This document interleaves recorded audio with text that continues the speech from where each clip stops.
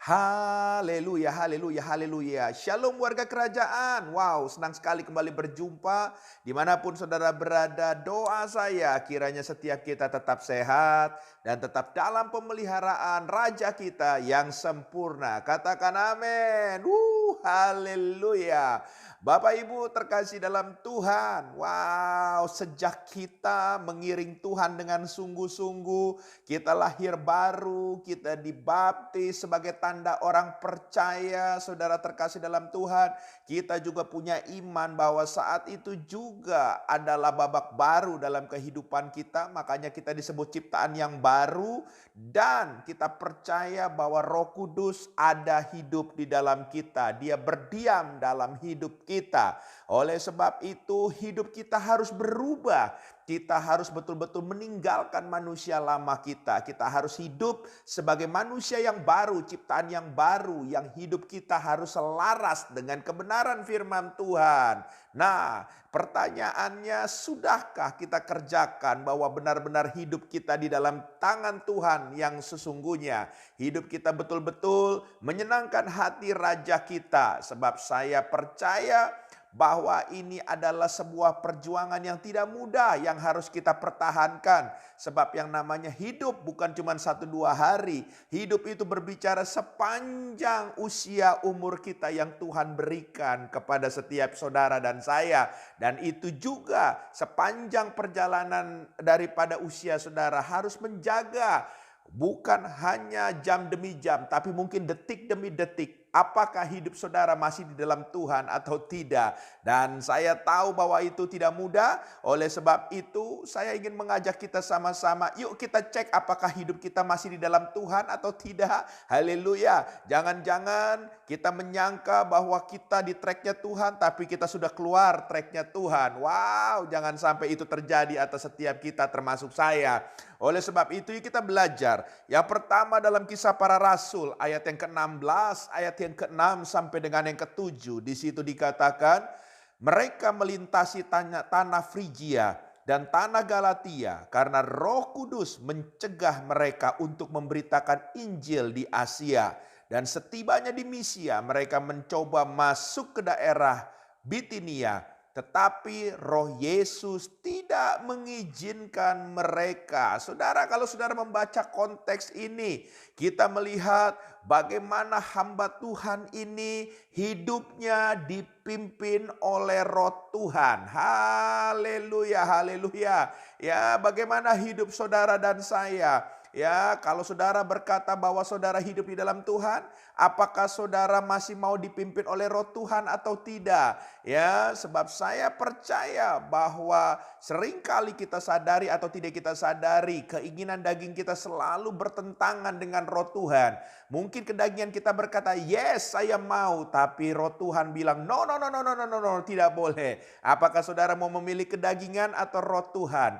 Tapi kalau saya memutuskan hari ini juga, saat ini juga, saya ingin selalu hidup di dalam kehendak Tuhan. Oleh sebab itu, hidup saya mau putuskan untuk selalu dipimpin oleh Roh Tuhan. Sekalipun tidak mudah, tapi saya ingin selalu berkata, "Siap Tuhan, apa yang menjadi kerinduan Tuhan, biarlah itu nyata terjadi dalam hidupku." Dan saya berdoa buat saudara juga para pendengar program ini. Katakan sama-sama amin. Haleluya.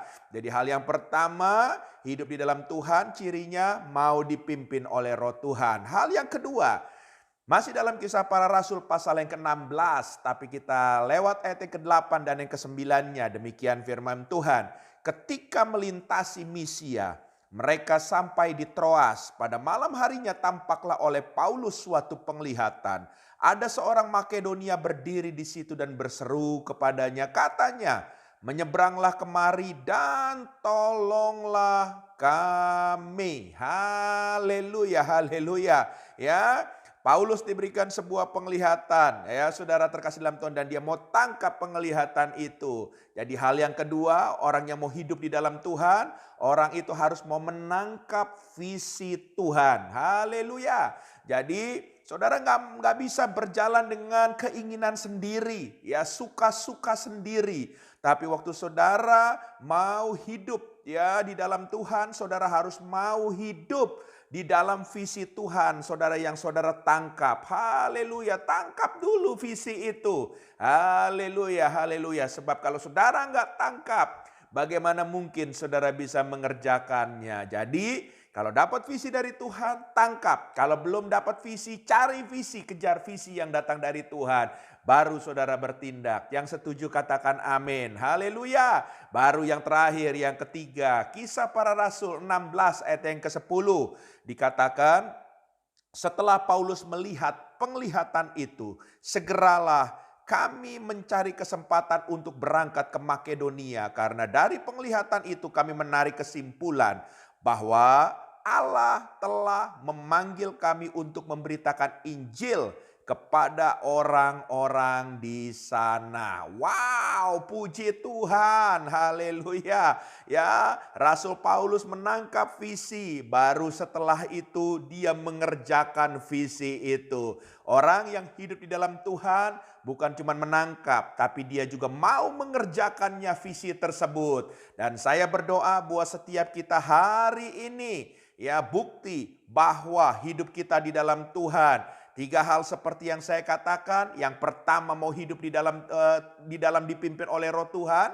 Hal yang kedua, mau menangkap visi Tuhan. Hal yang ketiga, mau mengerjakan visi Tuhan tersebut. Walaupun seperti saya katakan tadi, harus bayar harga mahal, tapi biarlah kehendak Tuhan yang nyata dan nama Tuhan yang dipermuliakan. Tuhan memberkati kita semua. Izinkan saya berdoa. Tuhan, kami berdoa, Engkau yang memilih kami, Engkau yang memanggil kami. Bahkan kami percaya dari semula Engkau telah menetapkan langkah hidup kami untuk kami hidup di dalam Tuhan, untuk kami bisa masuk ke dalam rencana-Mu yang sesungguhnya. Mampukan kami untuk kami terus mau dipimpin oleh Roh-Mu Tuhan, untuk kami mau terus berjalan menangkap visi Tuhan dan mengerjakannya. Dan kami percaya bahwa hidup kami bukan kami lagi, tapi Kristus yang ada dalam hidup kami. Sehingga hidup kami menjadi suratan yang terbuka. Tuhan dipermuliakan dalam nama Yesus. Amin.